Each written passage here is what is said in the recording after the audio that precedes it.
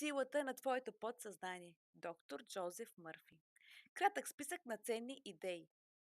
Първо. Съкровището е в самите вас. Обърнете поглед навътре, за да получите отговор на най-съкровените си желания. 2. Най-голямата тайна, притежавана от великите хора на всички времена, е тяхната способност да влизат в контакт с подсъзнанието и да освобождават силите вътре в него. И вие можете да направите същото. 3. Вашето подсъзнание крие отговора на всички проблеми.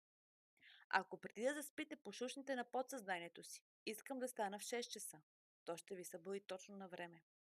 4. Вашето подсъзнание е творец на вашето тяло и то може да ви излекува.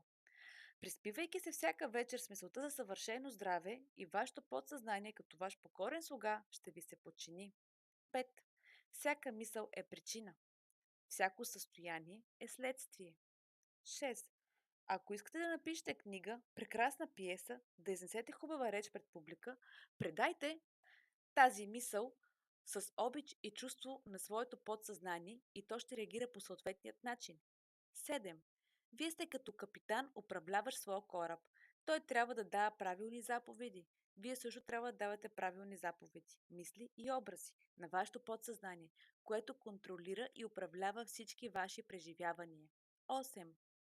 Никога не си служете с изрази като «не мога да си го позволя» или «не мога да направя това». Вашето подсъзнание се подчинява на думите ви и се грижи да нямате пари или възможностите да направите онова, което искате да направите. Говорете утвърдително. Мога да направя всичко, чрез силата на моето подсъзнание. 9. Принципът на живота е принципът на вярата. Вярата е мисъл в съзнанието ви. Не вярвайте в неща, които могат да ви навредят или наскърбят.